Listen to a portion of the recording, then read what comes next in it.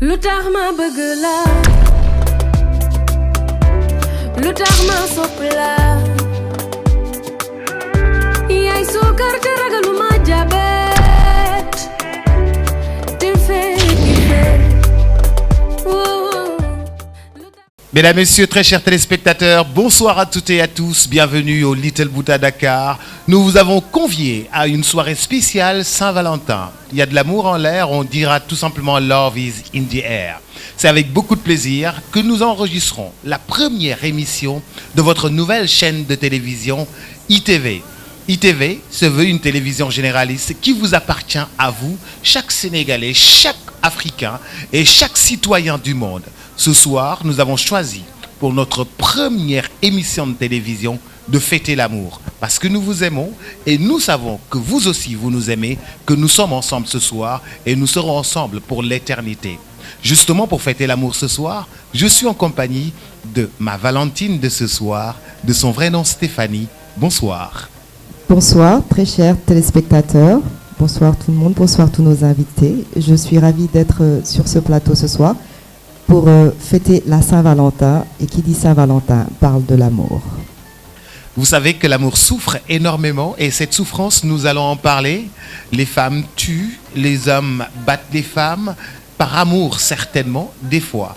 Nous en parlerons avec notre coach qui est sociologue, le professeur Alassane Diop, à qui nous donnerons la parole tout à l'heure. Professeur, bonsoir. Bonsoir Didier Boubs, bonsoir à toutes et à tous les téléspectateurs.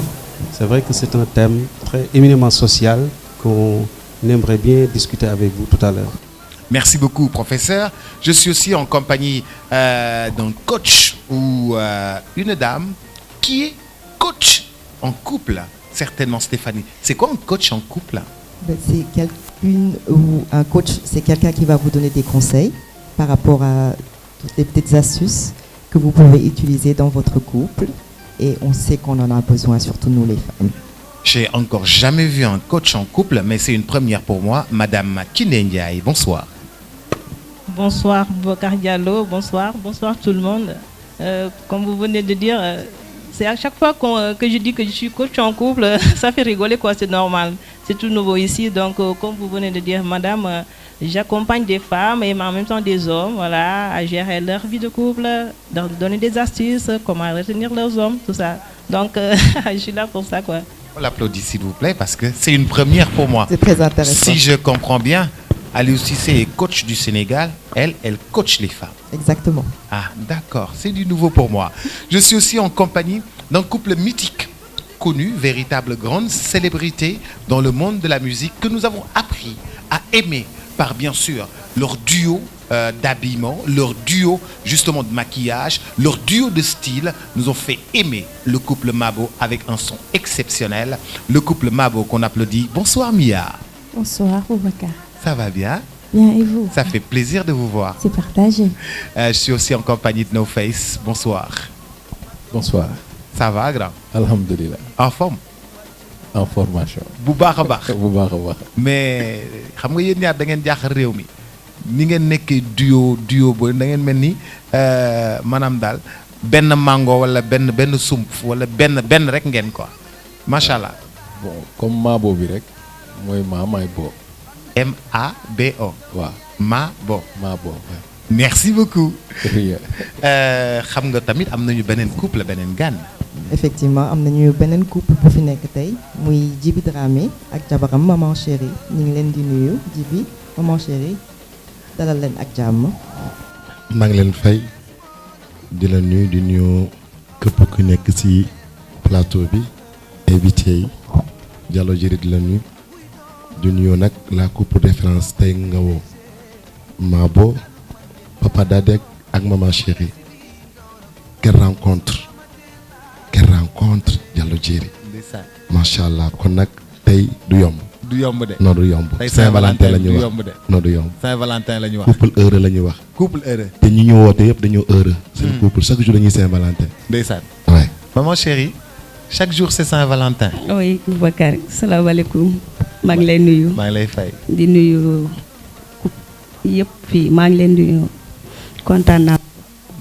ñoo la gën a kontaan ñoo la gën a kontaan maman chérie. Alors je suis aussi nous sommes aussi en compagnie d'un couple alors sénégalais qui s'appelle Babacar Babacar Diouf et Aïssatou Ndiaye. Babacar ak Aïssatou maa ngi leen di nuyu bu baax a baax di leen ziar. Merci d'avoir répondu à l'invitation de ITV. Nous sommes aussi en compagnie du couple Mame Gor et Diakhaté Sahna. Bonsoir, vous allez bien? Alors ce soir, nous avons convié à un dîner spécial Saint-Valentin. Ce dîner spécial Saint-Valentin se déroule au Little Buddha. J'aimerais inviter le chef qui nous a concocté un dîner spécial Saint-Valentin pour justement fêter l'amour ensemble. Chef Mendy, s'il vous plaît, si vous voulez bien nous rejoindre pour nous présenter un peu ce qui va se passer et puis comment est-ce que ça va se passer ici même au Little Buddha Dakar. Chef Mendy, qu'on applaudit s'il vous plaît. Chef, bonsoir, qu'on applaudit. Bonsoir Bakar Diallo, bonsoir les invités. Bienvenue au restaurant du Bouddha de Dakar. Le Little Buddha est très célèbre pour ses plats, mais aussi son menu gastronomique. Alors, qu'est-ce que vous nous avez préparé pour notre soirée Saint-Valentin ce soir? Alors, ce soir, je vous ai présenté un menu très très spécial. Un menu dont nous, au niveau du Little Buddha, on a l'habitude de faire quand on a des invités de marque, top VIP. Aujourd'hui, on est parti sur une base de un mini buffet, c'est-à-dire plusieurs entrées, plusieurs plats et plusieurs desserts. Donc, il sera servi en 3 phases, c'est-à-dire on envoie les entrées et après les plats et les desserts. Donc, la spécialité de ce menu est que les clients, les invités sont sur place et les assiettes seront servies sur table, c'est-à-dire où tout le monde aura la possibilité de voir ce qu'il a envie de manger et autres. Et une fois que les entrées seront servies, les plats et ainsi de suite. C'est une spécialité Little Buddha. Uniquement ici, vous le verrez nulle part ailleurs. Nulle part ailleurs, qu'au Little Buddha. Et ceux qui nous regardent à la télévision, s'ils ont envie de manger ce que nous allons manger tout à l'heure, ils devraient justement appeler au Little Buddha et réserver. Exactement. Merci chef. Je vous en prie. Et à tout à l'heure. Et toute l'équipe vous souhaite un très très bon appétit et on espère vous revoir. Merci beaucoup. Merci. Merci le Little Buddha, qu'on applaudit s'il vous plaît. Alors justement, Stéphanie, est-ce que vous êtes prête à offrir une rose à un homme? D'habitude, c'est les hommes qui offrent des roses aux dames. Je suis très prête à offrir une rose. Je pense que je vais la prendre et l'offrir.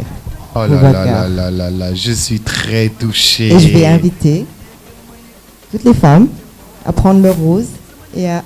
Les rôles sont inversés ce soir? Ah bah oui. Comme d'habitude, c'est parti. Allez, on commence par le couple Mabo. Voilà. Oh, magnifique. Avec des applaudissements. Passons maintenant au couple Djiby Dramé et Maman Chérie. Et c'est Maman Chérie qui offre à Djiby Dramé. Oh là là là là là là. Qu'est-ce que c'est mignon.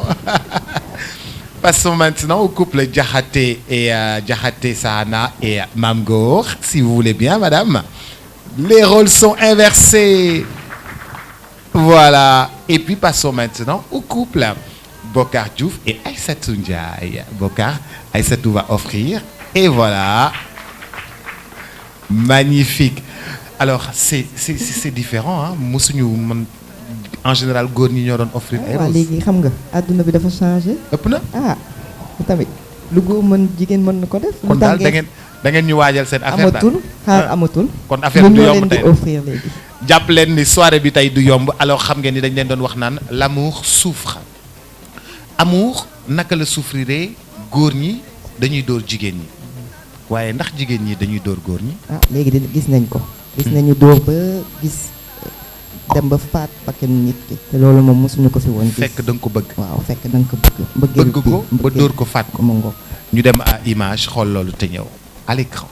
kii dafa nekk koo xam ni yéen a ngi koy gis une jeune sénégalaise boo xam ni dafa dóor ki rey ki nga xam ni moom moo di jëkkëram koo xam ni dafa maanaam rey jëkkëram moom tamit gis koo xam ni tamit dafa rey góoram une femme boo xam ni dafa rey jëkkëram gis koo xam ni tamit jëkkëram daf ko dóor ba muy nàcc ci problème mu infidélité mu di ay jafe-jafe yoo xam ni dafay am ci vie de couple te pourtant du loolu moo doon loolu la ñu woote woon loolu la ñu doon wut ci vie de couple li ñu doon wut ci vie de couple de gis ngeen 5680 cas enregistrés entre 2017 et 2018 nga xam ni nag kon l'amour souffre véritablement te nag amour dafa am bés boo xam ni moom lañ ko jagleel ci àdduna nga xam ni moom la ñuy wax Saint-Valentin fii tey ci télévision ITV ñu fas yéene koo féete waaye fas yéene waxtaanee moom amour jafe-jafe yi nga xam ni moom lay dund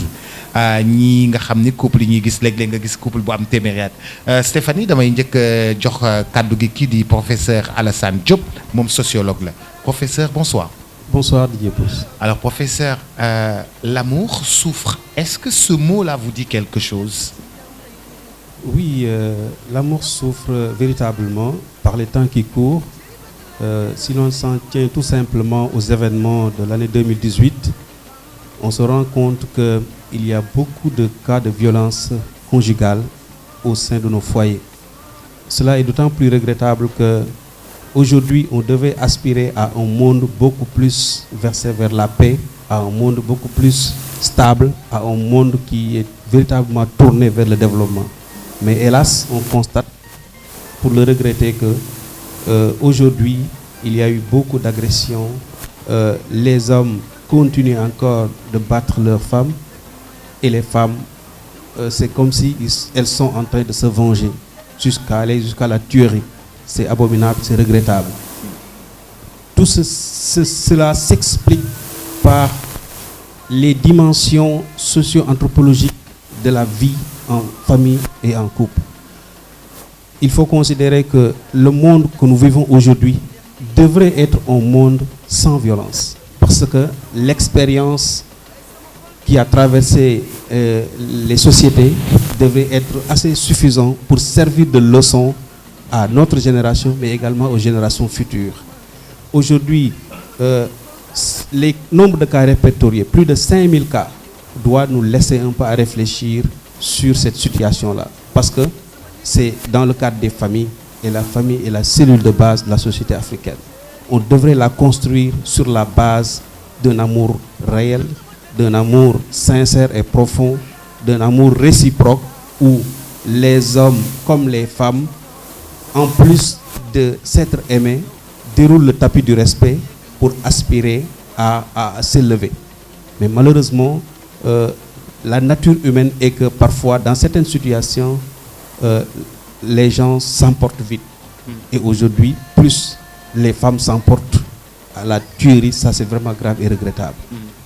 Cela tient également à la nature de l'homme qui cherche un peu tout le temps à se protéger, mais à aspirer à être libre. Parce que dans l'amour, dans la famille, on n'est pas totalement libre. Dans l'amour, dans la famille, on n'est pas totalement libre. Est-ce que c'est les autres, c'est un peu les beaux-parents, c'est un peu les amis, c'est l'extérieur qui influence? C'est qui influence? Oui, il y a beaucoup d'influences, Boubacar. Les influences, ça vient de tous les côtés. Quelque part, on peut noter une amie ou un ami qui influence le mari et qui lui montre que ce n'est pas comme ça qu'il fallait agir, plutôt que d'une autre manière. Quelquefois, c'est les beaux-parents. Parfois, on trouve que la belle famille n'était pas d'accord au début du mariage et souffle des influences sous l'oreille de la femme ou du mari. Par ailleurs, également, il y a l'environnement socio-économique que nous vivons qui influence, qui dit à la femme, toi, tu devais être ceci, tu devais avoir cela, tu devais aspirer à comme l'autre est ou bien comme l'autre a. Et de ce point de vue-là, l'individu, dans son intérieur, de façon intrinsèque, cherche un peu à aspirer à ce besoin-là qui parfois n'est pas adapté à sa situation. Parce que l'homme doit chercher à s'adapter, à analyser les conditions actuelles de sa position pour pouvoir se projeter sur l'ère du possible. Parce que quand on flirte avec l'ère de l'impossible, on se heurte à ces genres de conflits-là. Et les conflits, bien que ça existe, on ne peut pas les éviter, il faut les gérer. Mais la façon dont on les gère est véritablement de la mauvaise façon très souvent. Quand j'ai dit que j'organisais un peu sur ITV, une soirée Saint-Valentin. Les femmes au bureau ont crié. Les hommes, c'est de vrais menteurs. C'est de vrais menteurs. Ils disent jamais la vérité. Comment est-ce que vous expliquez ça? Oulala, Boubs, je ne vais pas jusqu'à ce niveau-là. Mais juste en pour tout cas, les que femmes les ont hommes sauté au bureau. Oui, les hommes ne disent pas toute la vérité.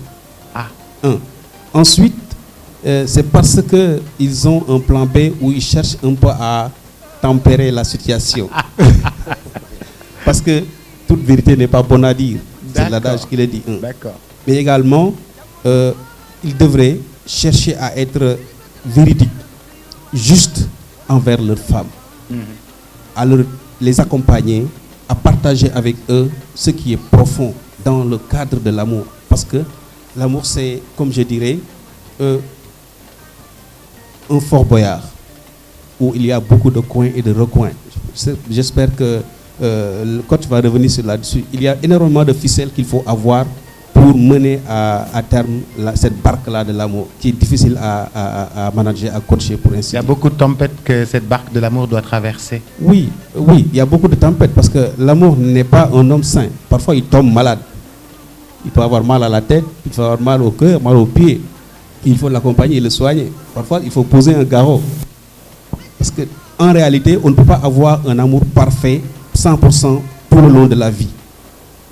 C'est comme une personne qui tombe malade et qu'il faut savoir diagnostiquer, donner les recettes qu'il faut, l'accompagner, le guérir et le remettre en marche. L'amour a des hauts et des bas.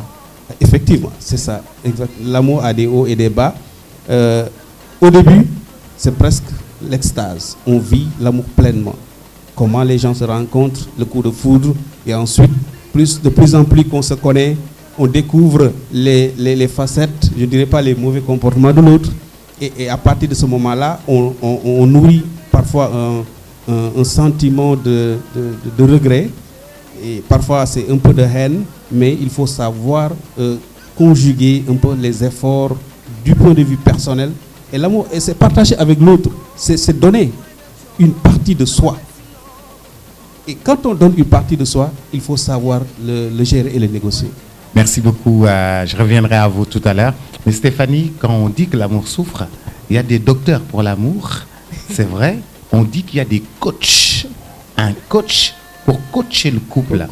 Alors, comment est-ce que ça s'explique? J'en ai jamais entendu parler, mais c'est du nouveau pour moi. Comment est-ce que ça s'explique?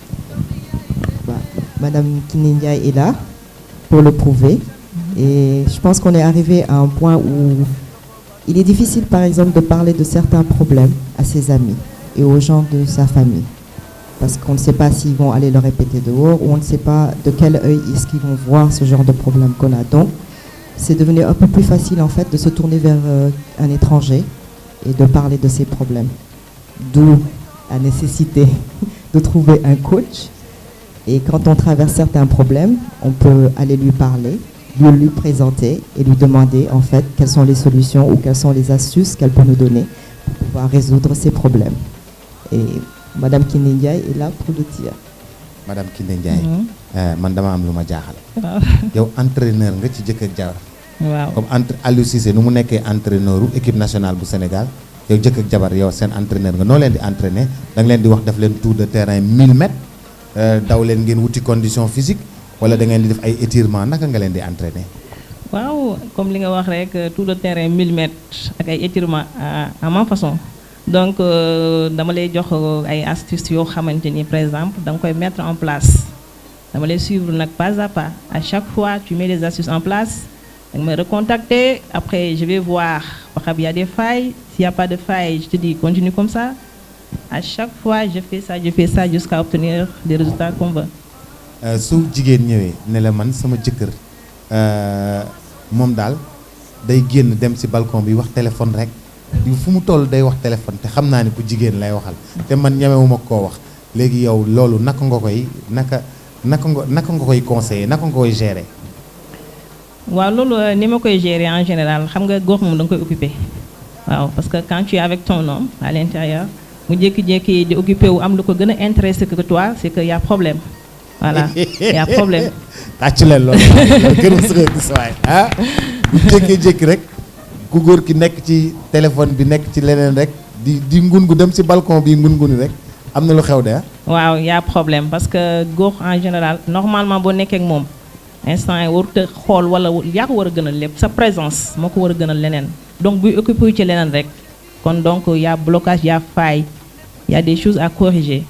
Voilà, donc bon me contacter, je vais te dire maintenant comment tu vas faire pour occuper ta vie de couple. Parce qu'il y a des trucs que tu ne fais pas, il y a des choses que tu n'as pas fait. Wow. Maintenant, pour rendre ta vie de couple intéressante, comme on dit, il faut que ça soit excitant, quoi. Pour que maintenant, chaque fois qu'il est là, il est à côté de toi. Légui, bu fekkee ni si jëkkër bi dafay jékki-jékki di def ay guddee yu dul jeex moom guddee ko gën a waaw day jékki-jékki rek dem guddee te nekkul ci dara yàlla xam na ne nekkul ci dara mais moom daal am na lu tax daal muy guddee daal loolu noo koy gérer. waaw comme li may wax rek xam nga góor par exemple tey jii bu nekkee bureau mën naa ne toog di liggéey déjà journée bi rek am nga noo ko war a occuper ba mën naa ne ba butu liggéey bi sax da koy arrêté wàcc. bu ko bàyyi mu liggéey déedéet waaw da ngay am nooy doxalee ba nga xamante ni moom ci boppam day yàkkamtee wàcc.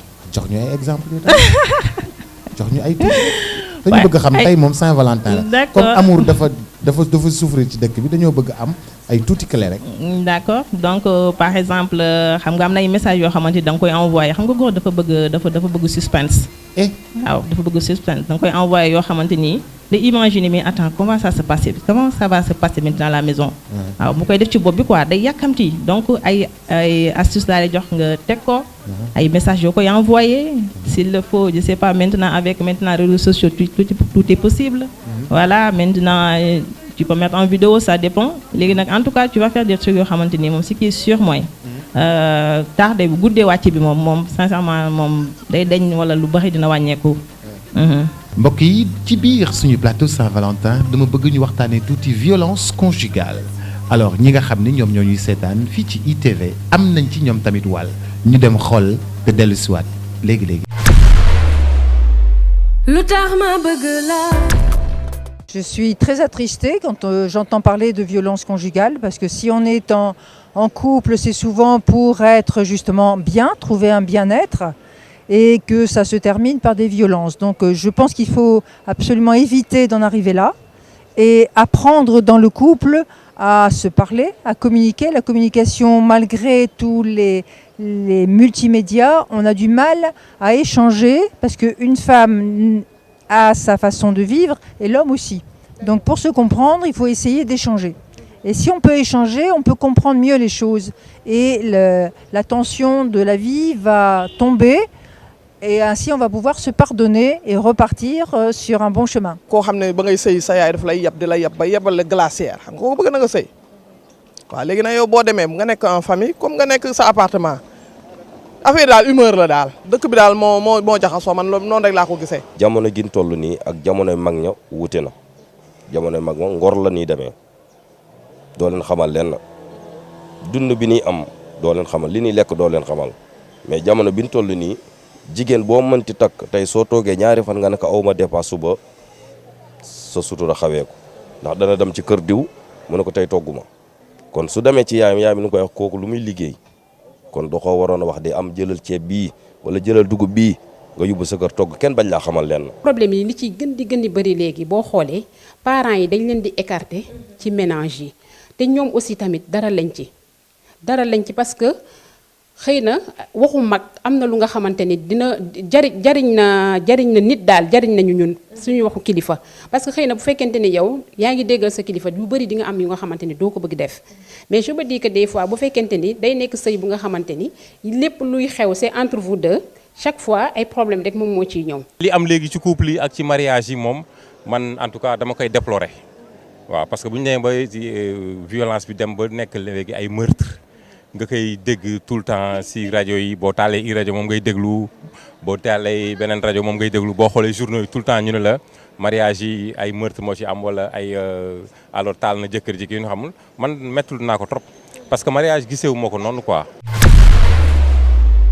lu tax ma bëgg la.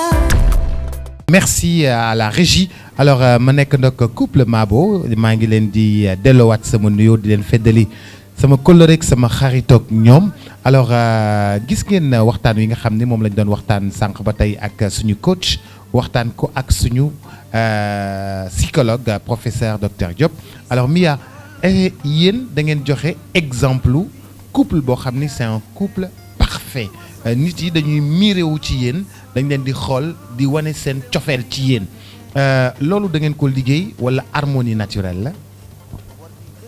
lu ñu liggéey la ba pare mu nekk harmonie naturelle parce que comme ni ñu koy waxee communication complicité dafa baax ci couple surtout di waxtaan day tax du ngeen réeroo day tax ngeen di déggante bu baax a baax day tax tamit lu bari luy waaj a ñëw ngeen mën ko fank.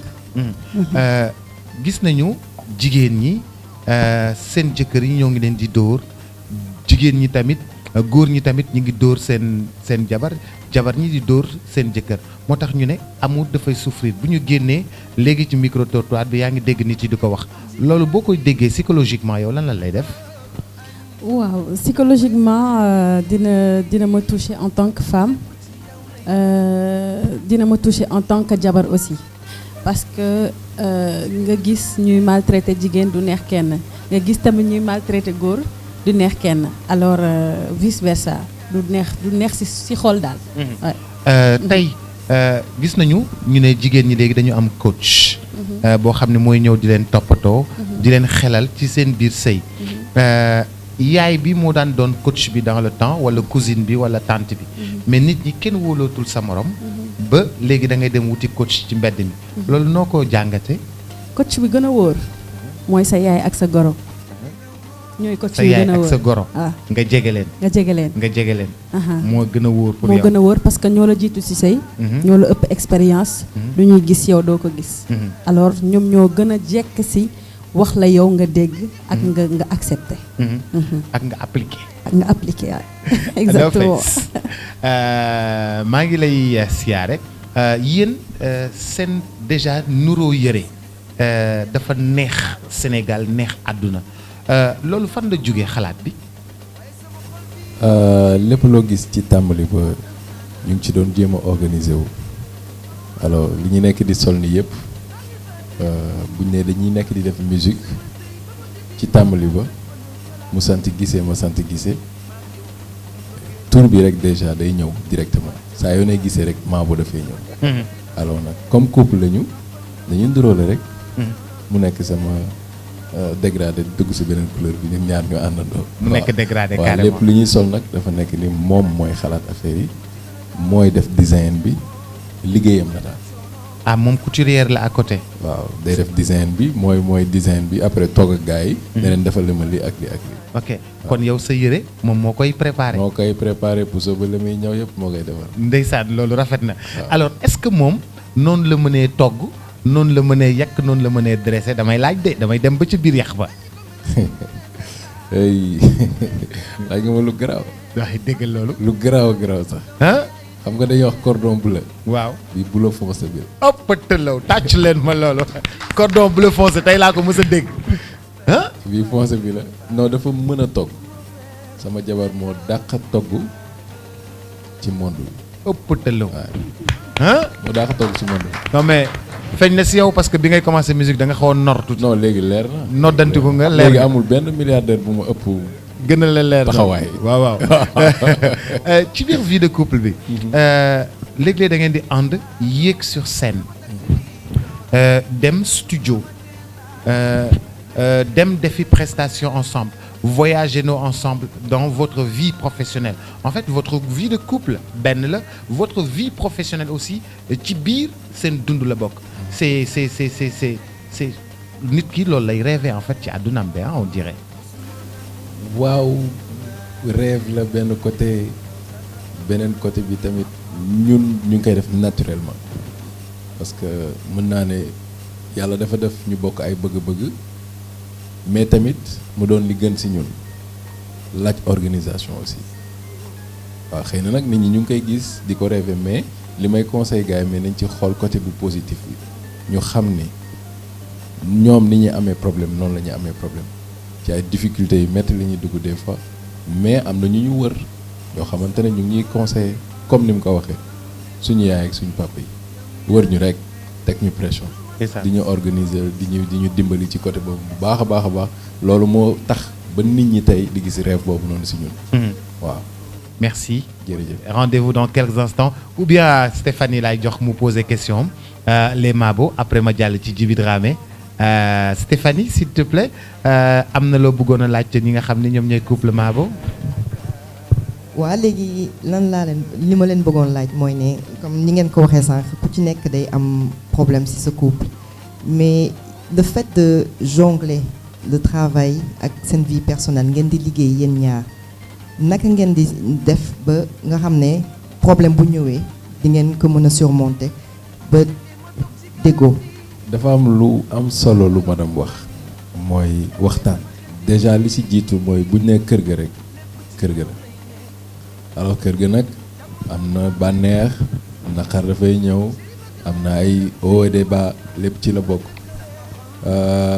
liggéey ba maanaam wàllum liggéeyukaay ba bu ñu fa demee loolu liñ fa war a def ji maanaam mooy liggéey ba rek lañ fay dem defi ji foofu aussi dafa laaj professionnalisme dafa laaj concentration des fois nag dafay xaw a jege trop ba mu ëpp mu am lu ndaw lu am bànneex ñu ñëw fii ba émission bi sax duñ ko bàyyi xel ndax kontaan noonu lay amee des fois ay waxtaan xëccoo yu ndaw ñu ñëw ci côté bi bu xaw ñu jàpp mais dañ koy gérer moom le mot organisation rek la ñuy xëcc teg ko bu ñu waree dem rek nañ ne nañ dem kat dañuy liggéey nañ fa def lii nañ def lii nañ def lii bu ñu demee kër ga ñu toog ñu waxtaan bu ñu waxtaanee suñu ay waajur ñu ngi foofu noonu ñoom aussi ñu jàppale ñu conseil yi ñu nañu lii ak lii ak lii ngeen di def.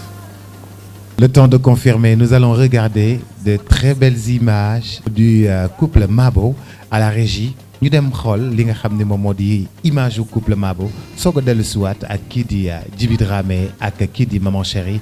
Tout de suite image couple Mabo. lu tax ma bëgg la. Publicité. GDCS ñëpp ràññee ko ci liggéeyal Sénégal ak doomu Sénégal liggéey bu mucc ayib indil leen ay carreaux yu baax indil leen ay sanitaires yu baax lépp lu jëm ci étanchéité ak ay carreaux yu mucc ayib yoo xam ni nag ay normes européennes la di qualité supérieure mu daal di yëkkati jacuzzi daal di koy offrir benn auditeur u 90.3 ci iRadio ñu koy gërëm bu baax a baax di ko sant ci taxawaayam ci émission Saint-Valentin bu mag bii GDCS kenn du moom Sénégal bu ngeen ko jàppee jàpp ngeen li ngeen moom kon jàpp leen GDCS. lu tax ma bëgg la. Magnifique vidéo.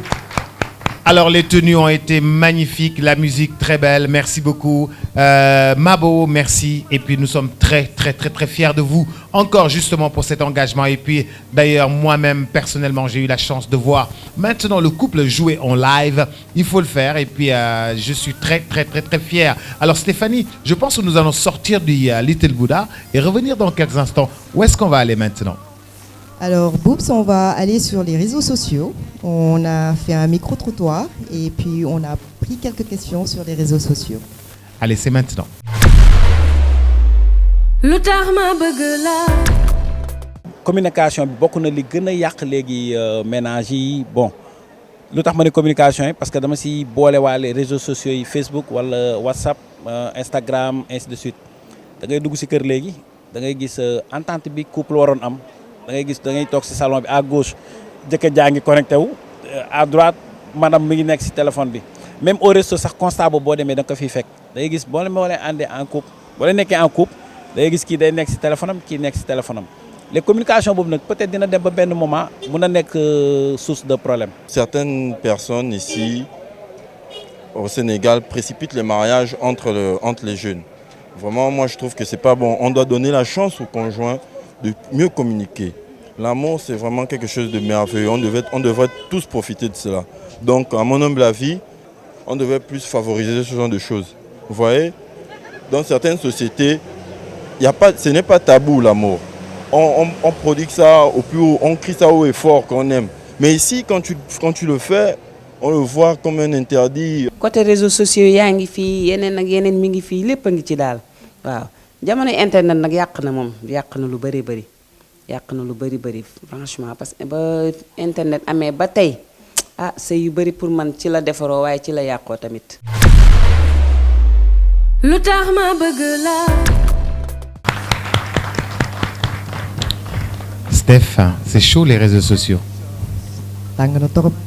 waa léegi professeur Diop ñu tourné ci yow laaj la réseaux sociaux yi yow lan moo ci sa xalaat bi ñu ko gisee tey WhatsApp bi ak Facebook bi Messenger bi gis nañ ne daal bi mu amee ba tey problème yi dafa mel ni dañu gën a bëri ci diggante couple yi yéen yow lan mooy ci sa xalaat. Stéphanie laaj bu am solo la parce que jamono yi ñuy toll nii réseaux sociaux yi dafa ñëw maanaam xaw a sorele ñi bëggante boo demee ci réewu tugal yi da ngay gis nit ñi ku nekk ak sa bopp ci sa téléphone yaa ngi WhatsApp yaa ngi Facebook doo xool sax sa morom te ni ko réseaux affaires yi wane nekk ci sa biir kër war a sëy sa sëy nga beru ci sa roq nekk ci sa WhatsApp nekk ci sa Facebook xam nga ne loolu du luy boole te réseaux sociaux yi dafa war a nekk loo xamante ne nii ku nekk nekkee sa roq du ngeen waxtaan du ngeen communiquer daf leen di gën a sorile bu ko defee mbëggeel bi dafay rongé wu di gën a feeñ donc da ngay jàpp ne man lii moom gën a yitteel doo jox attention ki nga nekkal te loolu baaxul contact communication dafa war a nekk loo xamante ni moom mooy suuxat mbëggeel ci diggante ñaar ñuy way dencante yi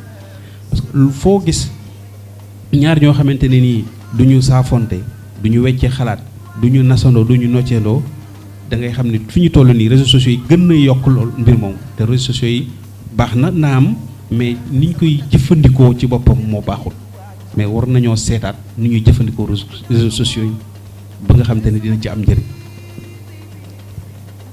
ma tourné ci yow nag coach di la laaj yow tamit ni nga gisee reportage bi ak lan nga ci xalaat est-ce que di nga gis nit ñoo xam ne muy jigéen wala diggoo ñëw ci yow wax la ne am nañu problème boobu ci seen diggante ak seen kilifa wala seen jabar ñàkk wax bi nekk ci réseaux sociaux yi est-ce que yow di nga problème boobu di nga koy dégg wala di nga koy gis. waaw bien sûr man li may wax tout le temps sax dama naan fi ne nii rival bi gën a graaw réseaux sociaux yi la léegi dootul ay wujju kii sama wujju la de réseaux sociaux yi léegi mooy rival bi gën a graaw mais nag bien que ni am na ay inconvénients mais problème bi aussi mooy tamit boo communiqué wul ci kër gi tu es obligé nga nekk réseaux sociaux yi di wax sa lu la metti di la naqari ce qui fait que parfois da nga gis ñoo xam ne dañuy nekk ci réseaux sociaux yi di étaler seen vie privée parce que quand vous ne communiquez pas c'est normal parce que nit ñi rek il faut mu génne li nekk ci moom donc réseaux sociaux yi ça permet maintenant au couple maintenant d'extérioriser voilà leurs problèmes donc d'un côté c'est pas bon parce que tamit bu fekkee ni am nga foo xam ne mën nga faa waxee tu n'as pas besoin dem ci réseaux sociaux di étaler sa vie mais d'un autre côté parfois ils sont obligés parce que parfois par exemple man dama nekk sur YouTube tout ça mais da nga gis ñoo xamante ni par exemple c'est juste parce que am na lu leen di metti xam na fu ñu koy waxee donc ils sont obligés wala elles sont obligées nekk foofu noonu wax lu leen metti donc la plupart du temps réseaux sociaux yi loolu la leen di servir. mu nekk foo xam ni fa la nit ñi daje di waxtaane waaye bu nekkee da nga nekk ci sëy ne ci réseaux sociaux yi noonu maa doo fa daj beneen waay.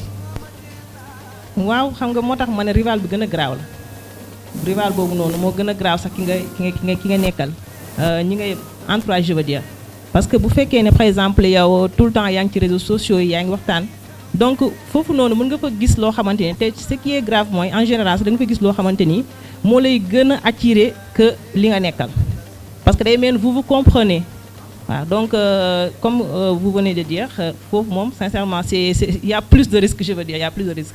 waaw professeur docteur. waaw li mu wax dëgg la parce que daf may fàttali un peu benn professeur ku ñuy wax Gottman bu nekk université Seattle aux États-Unis dafa tijji benn labo bu ñuy tuddee Love Lab laboratoire pour affaire u mbëggeel moom mu seetlu ne ñi dencante nekkandoo ensemble mooy nekk li leen dëgëral mu daal di xool observer ay couple yu bëree bëri lu mat ay juróom benn téeméeri couple pendant année yu bëri mu gis ne ni ñuy saafonte ci kër gi ni ñuy xoolante bu ñu nit di wax attention bi nga ci def yooyu yëpp dafa nekk yoo xamante ni moo leen di boole te loolu bu amul dañuy gën a sore mu ne nag couple yu bees yi gis na ni 90% ci couple yooyu dañuy am chance su résister gën a yàgg par rapport à l'usure du temps.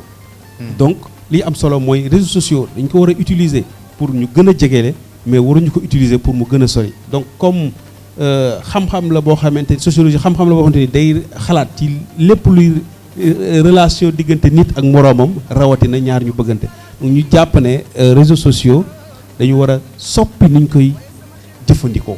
bu ñu bëggee mu am jeexital bu rafet ci biir mbëggeel.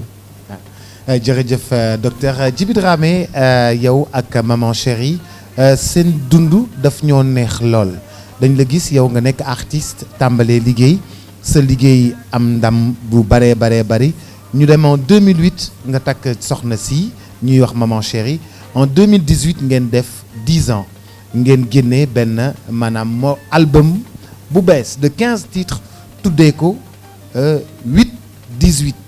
10 ans de mariage. Ça veut dire que votre mariage a résisté à l'érosion du temps, a résisté aux difficultés du couple.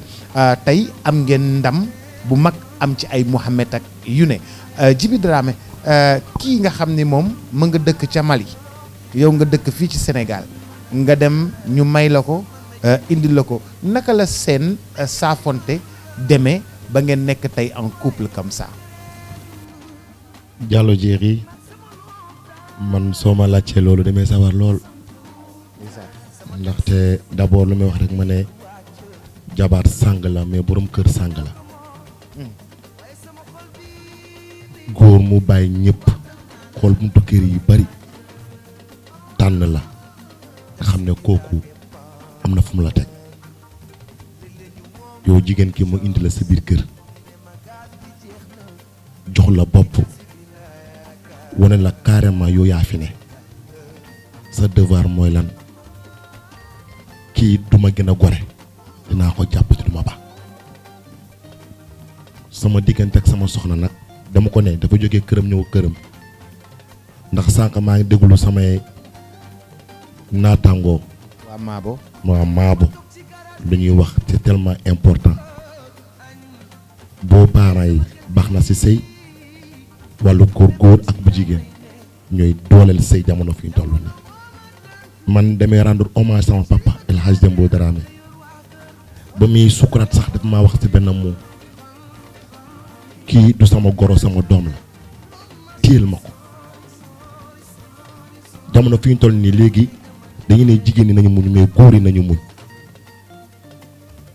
suñu xutba jour sëy bi xam nga dafa neex ñi toogal jigéen ki ñu ne yow defal nii yaayam wax ko papam wax ko mais jamono fi ñu toll nii léegi dañuy ne góor yi nañ ko xutba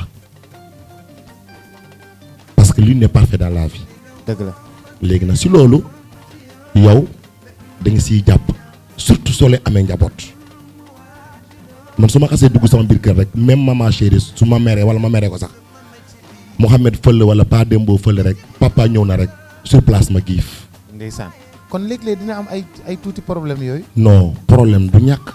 ndeysaan couple dafa am haut et bas mais attention couple boo gis rek communication la aussi wóolute confiance dafa baax ci couple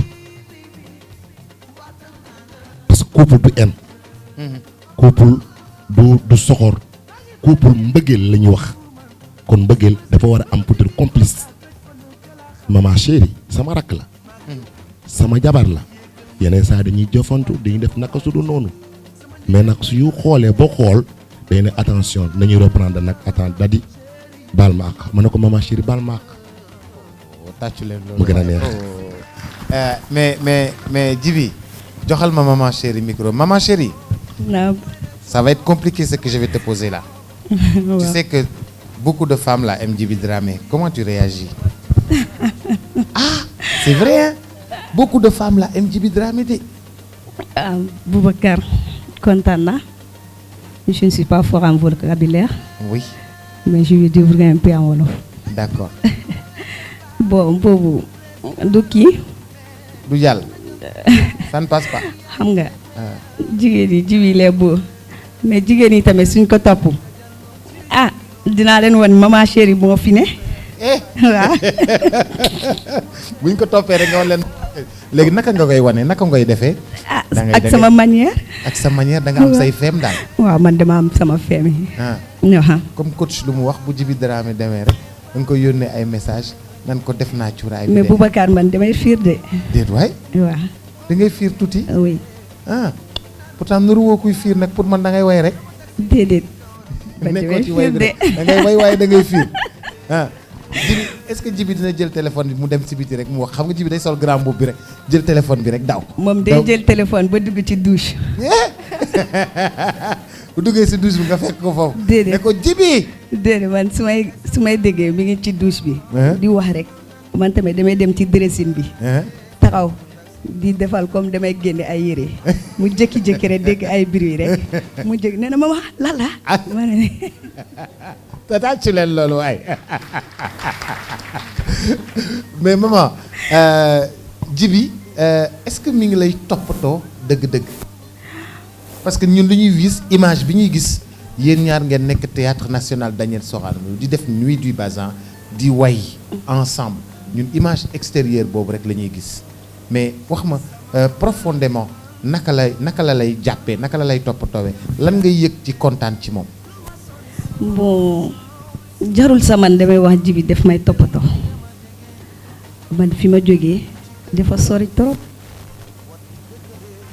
tey maman chérie du kenn Djiby Dramé la su ma génne sa nit yi ñu séene ma du question que man dama rafet du question que am naa alal du question que man maa dàkk waa Sénégal yëpp fonk bi ma fonk teg na ma sama place jox na ma cër kanta loolu yëpp ak fi ma jógee dafa sori surtout Sénégal fii bari na ay jigéen yi rafet macha allah. ndeysaan. mais mu ñëw ba Mali. dem ba Mali def la ci oto jël la ci avion. wàccee la indi la ba fii. ne sa jigéeni Sénégal yëpp. waaw rafet nañu de waaye man maman chérie laa jël. xam nga boobu sag la ci man. boo déggoon wolof fii toj boobu sag la ci man te déggoo wolof. boobu sag la ci man. waaw Boubacar. waaw saa su ne fu mu dem nee na maman chérie su dee maman chérie tamit góor la. dina defal lu mu war a def. boobu day daw yaram. ndeysaan.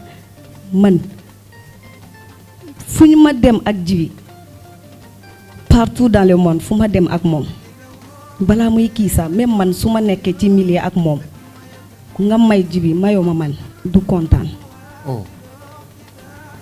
xam nga nit tamit nga nekk góor du question jigéen souvent dañ defal ay affaires yi mais du question dafa am soxor ci biir moom mooy sama baay doom yi. moom laa am sama njaboot. tey Djiby mu nekkee président de la République du Sénégal. boobu man damay kontaan. première dame. ëpp na tàcc leen loolu waay loolu dara fay ko. jigéen yëpp da ngay kontaan sa jëkkër mu nekkee ci kaw. même milieu bu ñu nekkee ne mu nekkee ni. ne sa même su dee yàlla mayu ma. mu may sama jëkkër. parce que sama fierté la. damay kontaan. kii Djiby Dramé jabaram moo nekkee ni. bu fekkee man sama jëkkër moo nekkee ni damay kontaan. kontaan nañu merci Djiby mën nga ñu wayal mën nga ñu wayal 8-18. 8-18 pourquoi 8-18 parce que seen morceau bi kat kenn mosu fee way 10 ans de mariage à la régie on va faire ça ñu def noonu rek Djiby Dramé ak maman chérie wayal ñu rek balaa ñuy reer balaa may nuyu ñaari couple yi après ñuy soog a dugg ci reer bi jàll benn affaire bu ndaw c'est votre soirée Saint-Valentin sur ITV.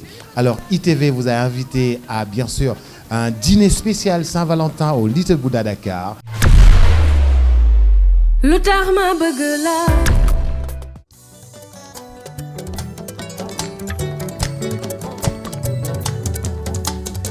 soma nobe ma chéri boy soma nobe wax ma lu ma ne Leni no baba never defuma duma fiye sada yidi kam ha shiri boyo sada yidi kam halanam ko weli nebere fe jali jali manakasi nebere fe I love you ni bene fe nagasi ni tele ni bene fe ngika yelem fe milele fe kodu hakewa milele fe galiye silale janyara yani mali sheri bugna la lol mi de yidima silale janyara yani senegali silale janyara yehuyoba santan furu wodun te tilen kelen koye mama sheri ambe nyogombolo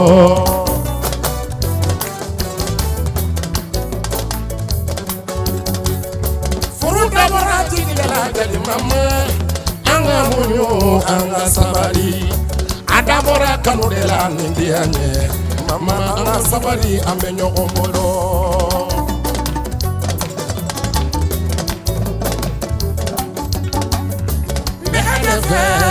Chérie, mama, my love.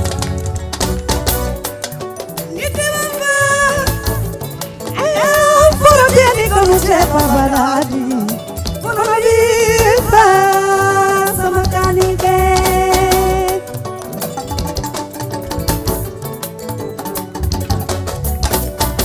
Nye foro domina jali mama Fobi Santa Furu Alabado jali muso imana maloya Me aladali mama Jugu sago kuna namare sago Ala kisago ni mama fakabula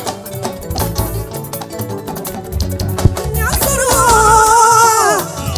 Nyasuru Ngajali chayo furu Ayeta domina Kanoja domina Minoma denge sabi makono fe Ejaliite Nene fengo fenke darabena sigila Abe bene mejeli chefe Nye pari ni chogo ni kuma Kenya Anine de marchi chogo Ope kadiye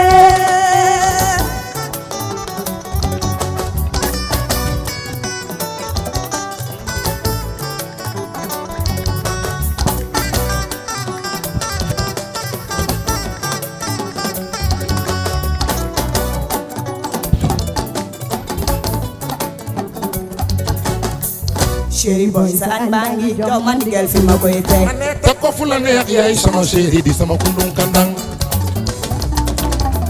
Papa dadi ani bangi jox man digal fi ma koy teg Amore chéri te ko fu la neex Mami ani bangi jox man digal fi ma koy teg Dadi ani bangi jox man digal fi ma koy teg Defal lu la neex defal lu la neex yaa fi ne Ma def li ma neex ma def li ma neex maa fi ne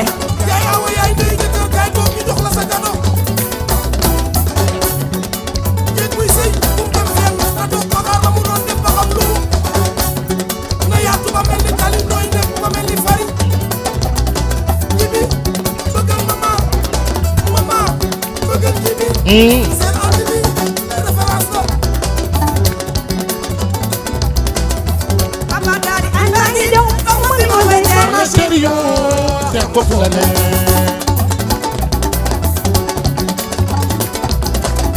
su la neexee wëndeelu maa fi ne su la neexee xandaalu maa ko yor xoolal nit gis dañu ngi ne feem yu bees ey boo bëggee sa waay bul xef xefi bu xef xefi sa bëggee wóoru soo bëggee sa waay neexu du mooyu su la neexee wëndeelu maa fi ne su la neexee xandaalu maa ko yor xoolal nit gis dañu ngi ne feem yu bees ey boo bëggee sa waay bul xef xefi bu xef xefi sa bëggee wóoru soo bëggee sa waay neexu du mooyu wax bu yegg dafa woo gën a jërëm dafa metti waroon na bi weer wax bi raxasu bu jur gi balaa maram bee maase Papa dadi ani bangi jox man digal fi ma koy teg sama chéri di sama kundum kandang lu tax ma bëgg la. macha allah jërëjëf maman chérie Djiby Dramé way bi neex na torop. ñu tàccu leen bu baax a baax a baax a baax maman chérie Djiby Dramé couple mythique alors ñëw ci couple Ndiaye alors Babacar na nga def. maa ngi fi rek DJ Boss. mbaa yaa ngi si jàmm. alhamdulilah. mais yow ak soxna si da ngeen def maabo def rouge noir léegi ku sol lu xaw a nuroo rek ñoom dañ naan maabo comme maabo lañ def alors yow soxna si moom nu mu tudd. Aïssatou Ndiaye. Aïssatou Ndiaye. Alors vous avez fait combien d'années de mariage? Bientôt 7 ans. 7 ans de mariage. Mën nga ma nettali nu ngeen xamante ak fan ngeen xamante.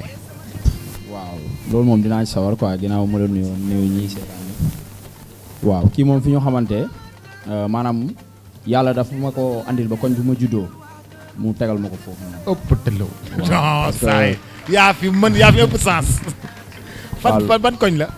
Diamaguène laa dëkk Diamaguène Sicap Mbao. ok quartier Abdou Ndiaye.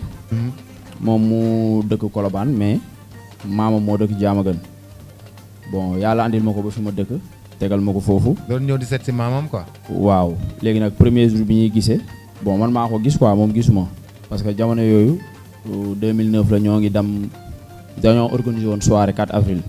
ñu demoon di taf ay track man ak sama gaay bon ñu dugg si benn boutique sama koñ.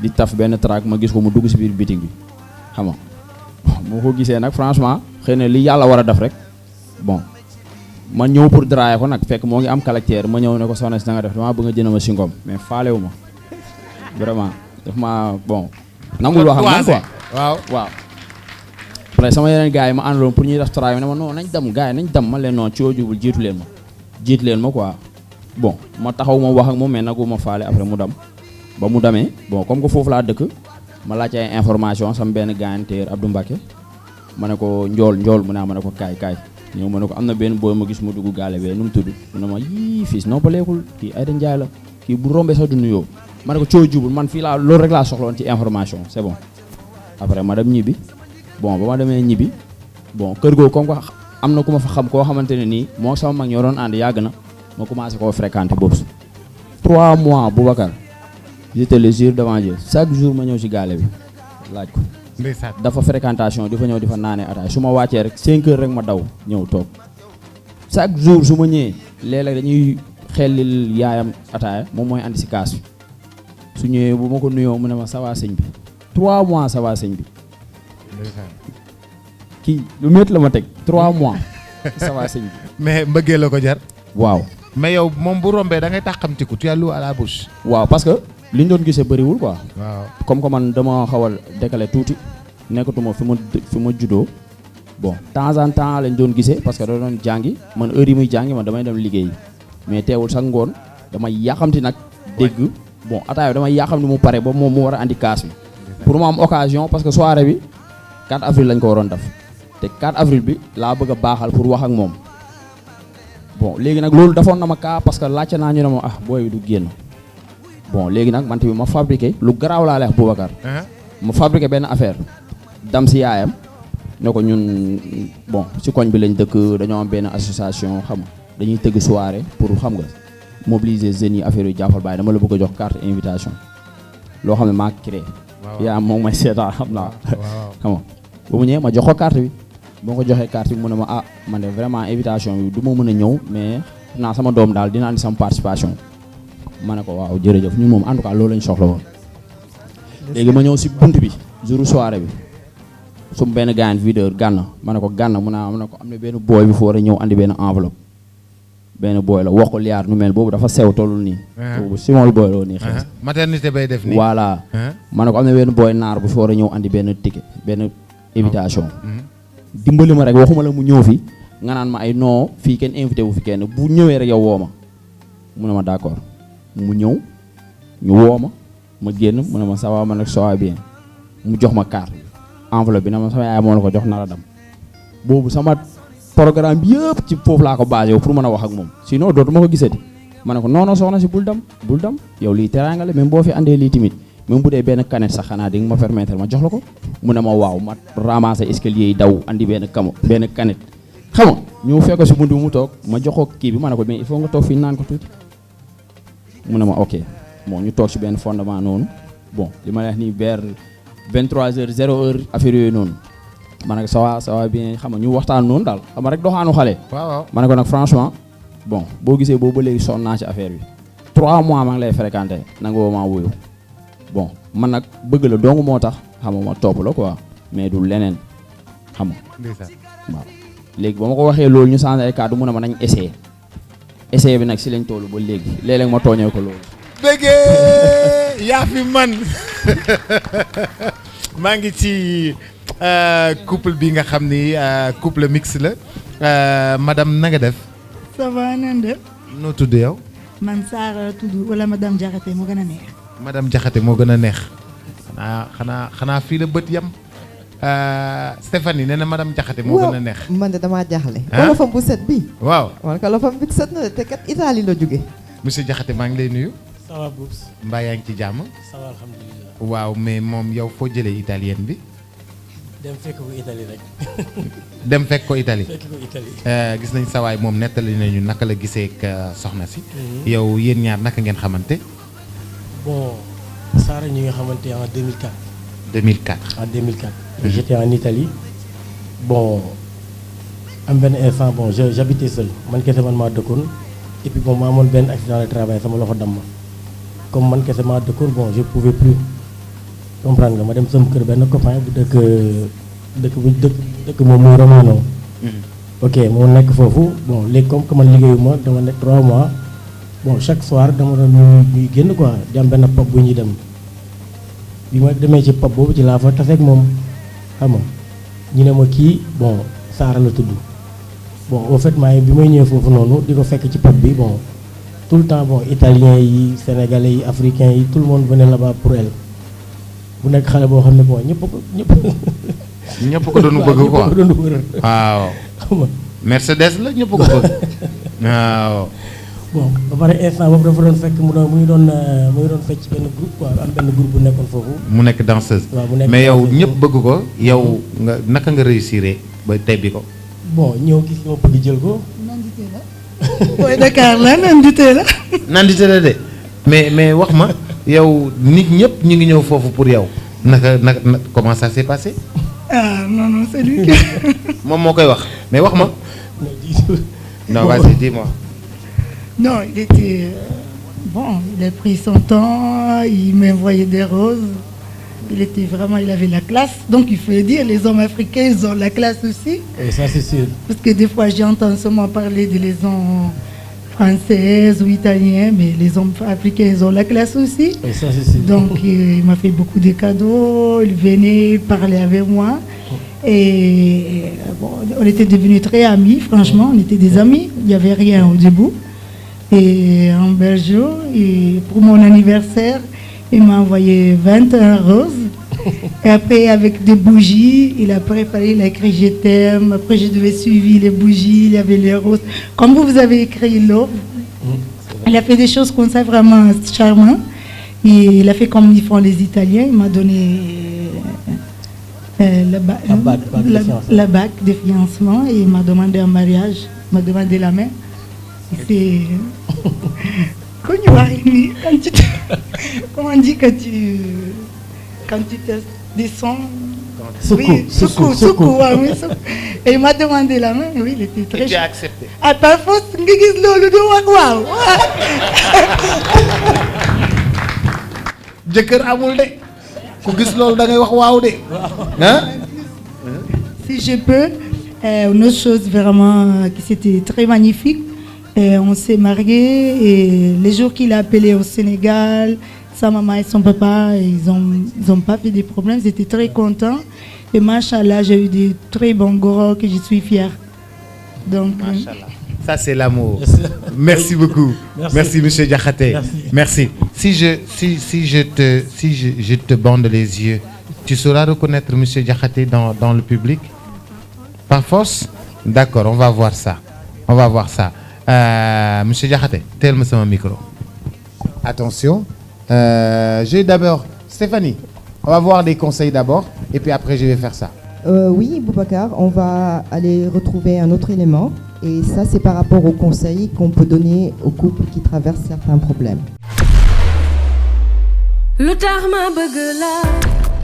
Yonent bi asalaam dafa am lu mu jàngale woon ci sëy ndax saxaaba yi dañu mos a ñëw di ko laaj ni ko walaw alimna ay maalin xayrun la nattaxidahu bu ñu xaman alal àdduna ban alal moo ci gën ñu jël ko comme alal mun leen addunya kullaha mataaun àdduna lépp alal la wa xayru mataa'iha almaratu saaliha alal ji gën ci àdduna mooy jigéen ju baax mooy jabar ju baax ñu ne ko waa jabar ju baax mooy ju mën a toiletu wala ju mën a togg wala ju jonge mun leen déedéet jabar ju baax day sukkandikoo ci li ko ni yàlla waxee ni jabar ju baax noonu lay mel dani ar-rijaalu qawwaamuuna ala nisaa'i bima faddala allahu ba'dahum ala ba'din wa bima anfaqu min amwaalihim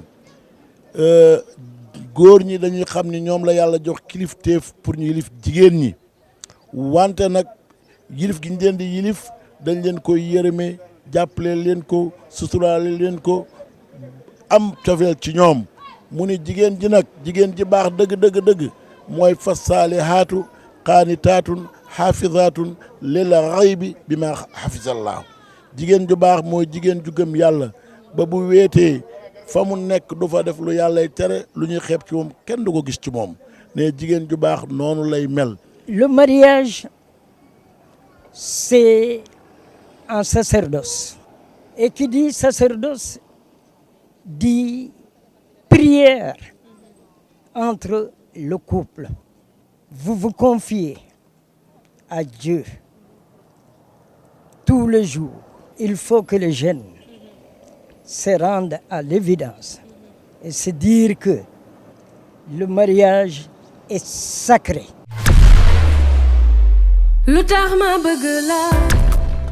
Allez, j'ai mis des hommes en place. Je vais voir si tu vas reconnaître ton mari au toucher. Si tu vas reconnaître ton mari tout de suite en touchant Diakhaté. Alors, on va voir si tu vas reconnaître Diakhaté. Voici déjà un monsieur que tu peux toucher. Voilà. Si c'est ton mari ou pas. Non, Doumom. Doumom. Allez, il y en a un autre. Voilà. Balma. Goro Balma.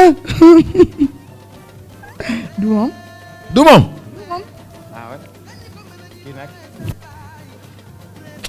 Non, qui me gagne Dieu. Non, c'est pas lui. Doumom. Mais il y a ton mari parmi les trois. Il y a mon mari. Tu peux tout le toucher. Non, mon honnête. Mon mari, il n'est pas là. Moi, je connais mon mari. Il y a ton mari parmi les trois. Non, mon honnête. Mais là, tu l'aimes beaucoup. C'est vrai? Vas-y, c'est vrai qu'il n'est pas là.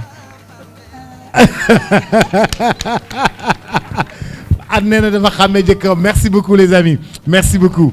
Merci. Alors, ñu ngi gis léegi conseils yi nga xam ne moom lañ doon jox ki nga xam ni moom moo di jeunes yi. yow boo leen doon conseiller pour que seen cofeel seen mbëggeel gën a dund gu gën a yàgg ci expérience bi nga am naka lan nga leen di conseiller. Boubacar conseiller leen yaakaar naa mun na yomb bi may njëkkee mooy près des yeux près du cœur. près des yeux loo gën a jege xol bët bi mu gën a nekk ci xol bi. olof yi dañuy wax ni alalu golo ca lex ba. nekkul nag koy dugal prison wala koy topp fu mu teg tànkam nga teg fa sa tànk waaye da ngay am say feem am tuuti recul te bañ koo fàtt. bi ci des mooy les bons comptes font les bons amants. Les bons comptes font les bons amants. Oui.